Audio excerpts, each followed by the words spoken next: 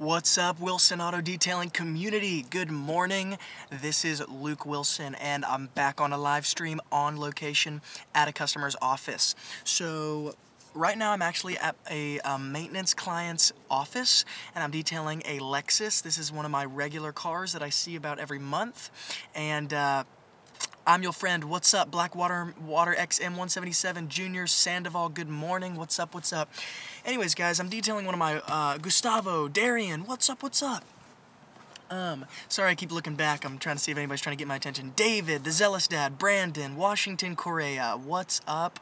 What's up? So, guys, I'm detailing a white Lexus. This is one of my main maintenance clients, and Randy says, have you subscribed to my channel yet? No, I have not. I don't know if I've checked out your channel.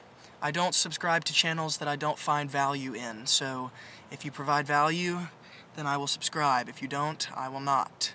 Okay, Walter Gray, what's up? So I'm detailing a white Lexus. Skip, what's up? And the reason why I titled this White Lexus a challenge in and of itself is because with white cars, a lot of detailers have the idea that Anthony says, you make it look so easy. Keep it up, bro. Thank you so much, Anthony.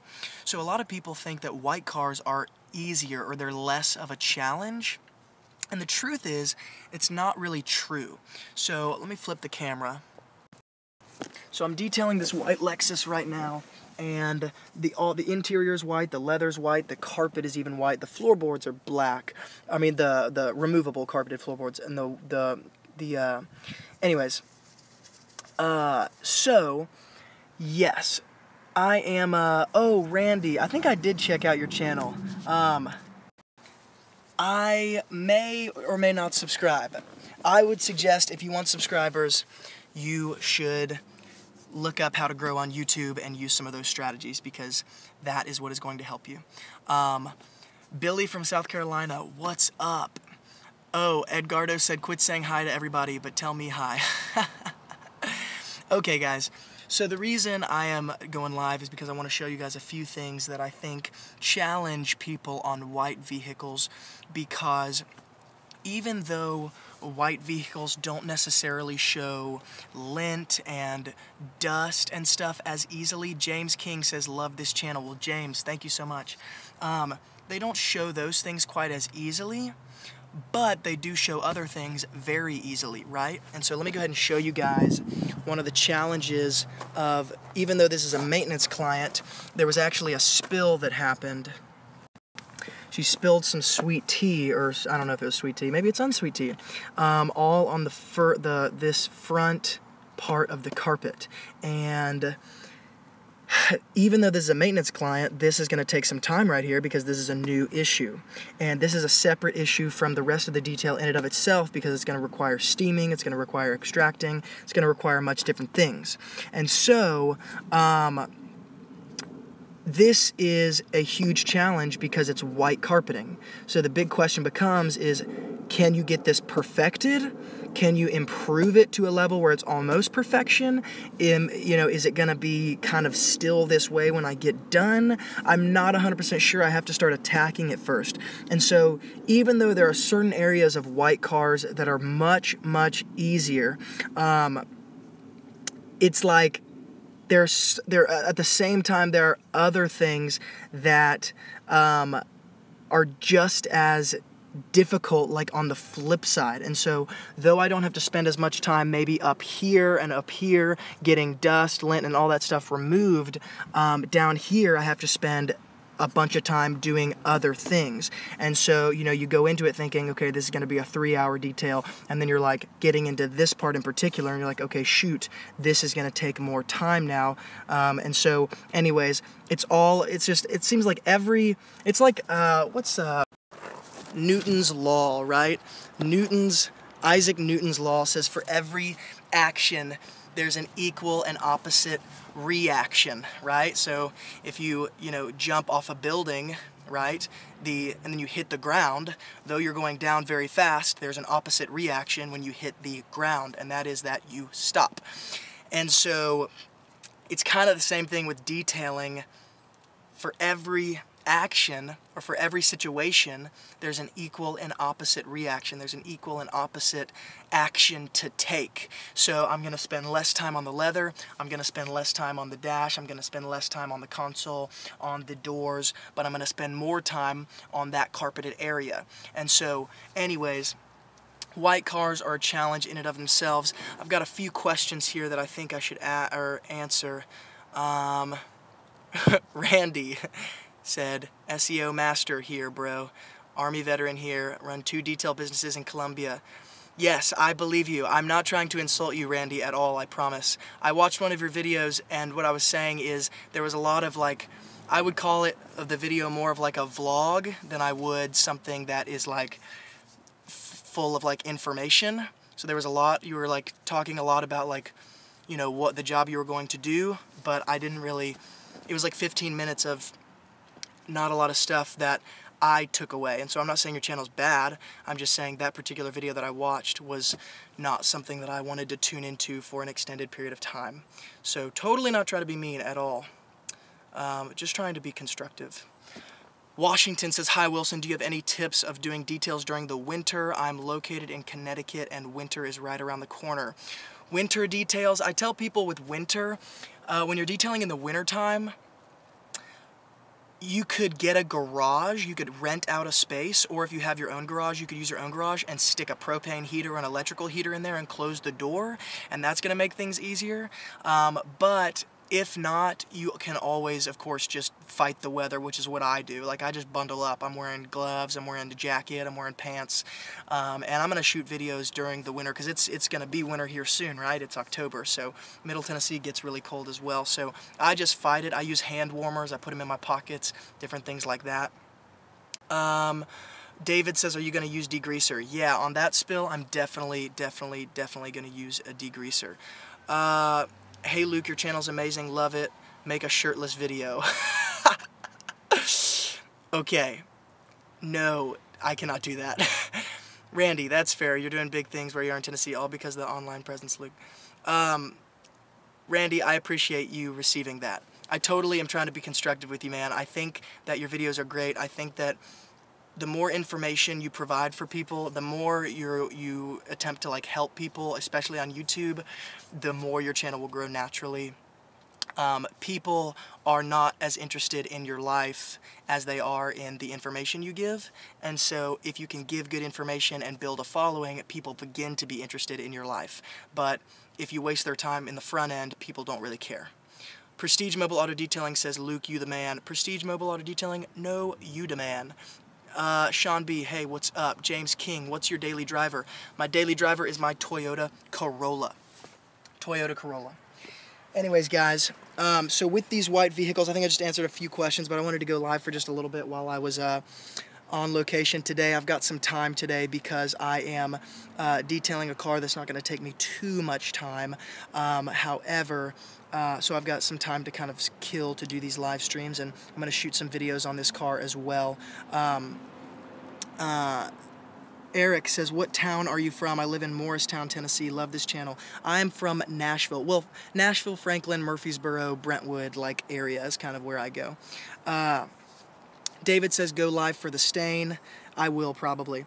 So anyways, guys, just wanted to point out a few things about these white vehicles to kind of let you guys in on some strategies. Once again, every vehicle provides its own level of complications, and like I said, with that, there's certain laws that apply, like Newton's law. Every action has an equal and opposite reaction. So for a black car that's super clean, you know, you have a super clean Mercedes, a guy who really keeps it clean, the whole thing's black, the whole interior's black, it seems easy to clean, but then you realize very quickly every little piece of lint is so obvious.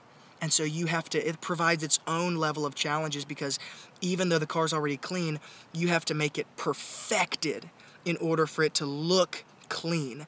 And sometimes as you're cleaning, your microfiber towels will leave behind lint because they've been used so much, and da-da-da-da-da, and you just have all these different factors. And so what may seem super easy, what may seem super quick, might not end up that way. Muhammad, what's up? It's good to see you.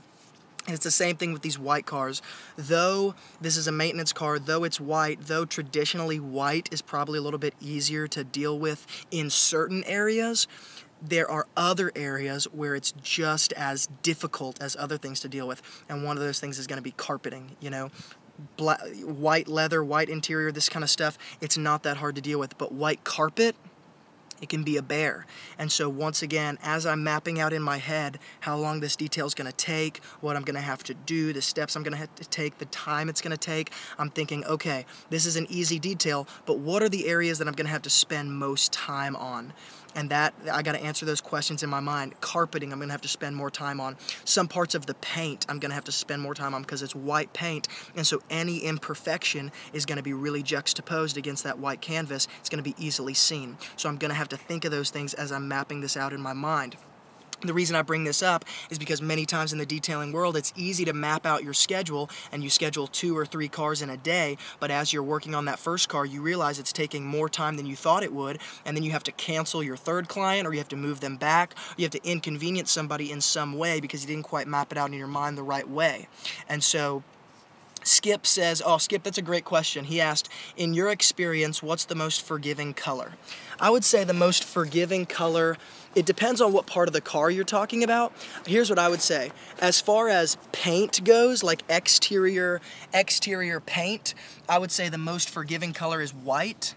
Or no, not white, let's say silver. I would say on the paint, the most forgiving color is silver. But as far as interior goes, I would say the most forgiving color with things like leather, cloth seats, carpeting would be black, because probably for obvious reasons, but you can spill anything on black, you know, even like coffee, and it's still, it might show up a little bit, but it's still so disguised because that black just hides everything. So that's what I would say. It depends on what part of the car you're talking about, but that's probably a good general rule for you.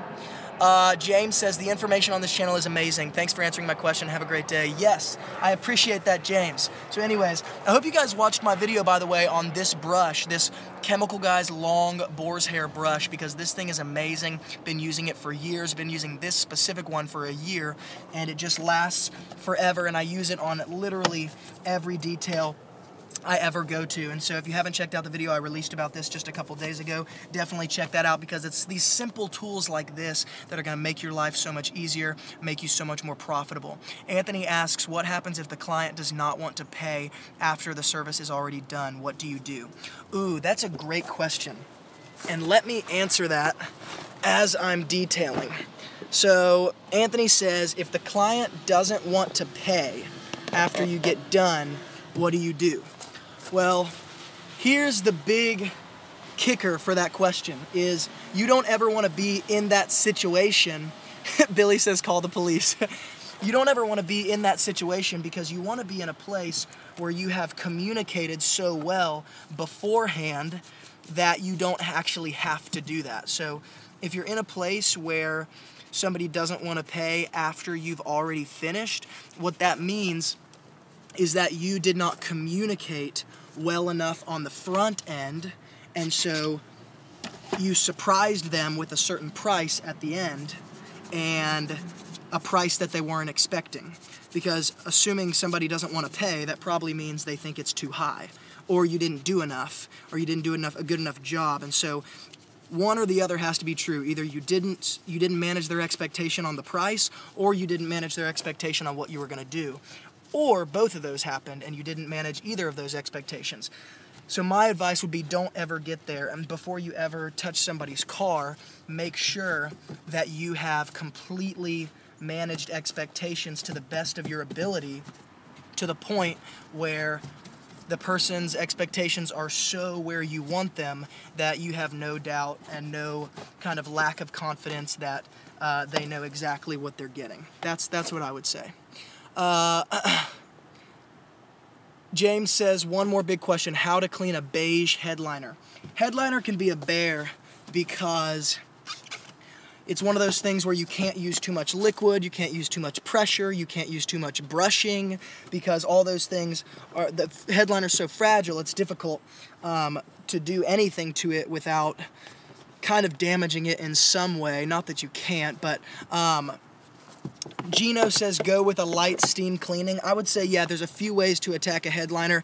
Number one, go from least aggressive to most aggressive. So I would go with a microfiber towel and an all-purpose cleaner first. And then I might go to a microfiber towel and then a soft bristle brush. And then I might go to a steamer after that. And to be honest, if you can't get it out with a steamer, then you're probably out of luck and you just need to manage your expectations. A lot of times guys who are beginning in the detailing world, they get really down on themselves because they feel like they're not getting the results they want. And the truth is, in a lot of situations, nobody can get the results that you're trying to get because it's not an issue of you being a bad detailer, it's an issue of you not managing expectations the correct way, and not only your customers' expectations, but your own expectations, because as a rule, you're gonna be your own worst critic, right?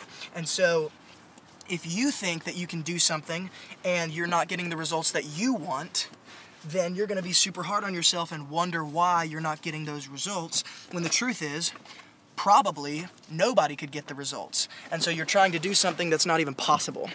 Frank says, true. James King says, thanks. David says, should I use only degreaser to shampoo carpets? No, definitely not. I would not say use only degreaser. I would say it depends on the situation, right? So if you're in a situation where the carpets are just absolutely trashed and hammered and they just look horrible. Sorry guys, I'm trying to figure out the sunlight here. If the carpets are just super dirty, then yeah, I would go with a degreaser. But if the carpets are not very dirty, what I do is I use Meguiar's all-purpose cleaner for just lightly dirty carpets or just maintenance detailing if I need to shampoo just a little bit. I'll use Meguiar's APC diluted 10:1. And then if they're really dirty, I'll go with a degreaser 5:1 or something like that. But no, you certainly don't have to use a degreaser every time you're shampooing carpets, though a lot of times you might have to. Let's see here. Do you accept cards or only cash? Prestige Mobile Auto Detailing asks. I accept both cards and cash, and I'll explain kind of the difference and why I do one or the other. Let me explain to you my strategy on accepting payment when it comes to cards or cash. When it comes to cash, you can't go wrong with cash because cash doesn't bounce, it doesn't have to be deposited into a bank, you don't have to wait for anything. Cash is immediate, cash is liquid, cash you can do anything with. However, it is really convenient for people to pay with cards, these days especially, right? And so Frank says cash is king. Yeah, exactly. Cash is king. Let's change the phrase. Cash is king, but credit is queen, okay? Cash is king, but credit is his queen, because credit, people, statistically speaking, there's been so many studies that show that people spend more money on a credit or a debit card than they do with cash. It is psychologically harder for people to give away cash, paper cash, than it is for them to swipe a card. So people tend to go into crazy credit card debt, things like that, because it's so much easier to spend money when you have a card. And so the advantage that we have as auto detailers, or in owning your own business in any sense, is that things like Square Pay make it really easy for a small business owner like you and I to accept cards. Well, because it's easy for you and I to accept cards, and because people spend so much money so easily on cards, well, you might want to incorporate cards into your business because of the simple fact that people spend a lot of money. And so let me tell you something that I do. When somebody pays me with a card, I have a tip screen that comes up. So they swipe their card, and then automatically after they swipe, there's a tip screen that comes up, and it's in percentages. So it says, do you want to tip 5%, 10%, 15%, 20%? Well, let me just give you another strategy. Number one, when the tip screen comes up, I would say 90% of people tip, because it's just easy. They just click a button and bam, they don't even think about it. But when you put it as a percentage like I do, people, as a rule, in the United States of America are not very good with simple math. and they're not very good with percentages. And why that is exactly, I don't know. Maybe we don't put enough emphasis on it in the education system. Normally, we put more emphasis on reading, writing, literature, literacy rates, things like that. And places like Asia, Thailand, China, Japan put a lot more emphasis on mathematics. But regardless of the reason, people don't do good with percentages, and so when you have a tip as a percentage, people tip more than they really probably intend to. And it's not that you're being dishonest or anything. I think you're just utilizing, things that, I think it's just good strategy. Some people would say that's dishonest, you shouldn't do that, but that's not true at all. I think it's just good business sense, right? I mean, if you go to a restaurant and you have a waiter, it doesn't say tip $5, tip $10, tip $20. It says tip a percentage. And so I think that's just good. I think that's just good business sense. Sorry guys, I'm going to be answering questions as I'm detailing right now. So this is live action, baby. Okay. Finnick asks, I'm also curious what you use to accept credit and debit cards while you're mobile. Once again, I use Square payment. So you can go to like square.com or something and you'll see what I'm talking about. ENSA says, is an electric pressure washer a good investment? They stole my gas pressure last night. Oh man. Number one, I'm sorry that you got that stolen. And number two, this surprises a lot of people, but I don't actually use a pressure washer professionally. I do not use a pressure washer because, number one, most people think that a pressure washer is just an absolute necessity for an auto detailer, and I would just very seriously contest that idea. Here are some seriously negative things that I've found with pressure washers. Number one, pressure washers cause overspray like nobody's business. So you can pressure wash, part of the car, but you're gonna get water everywhere. So is the pressure washer worth all the water spots that you're gonna have to deal with if you use it?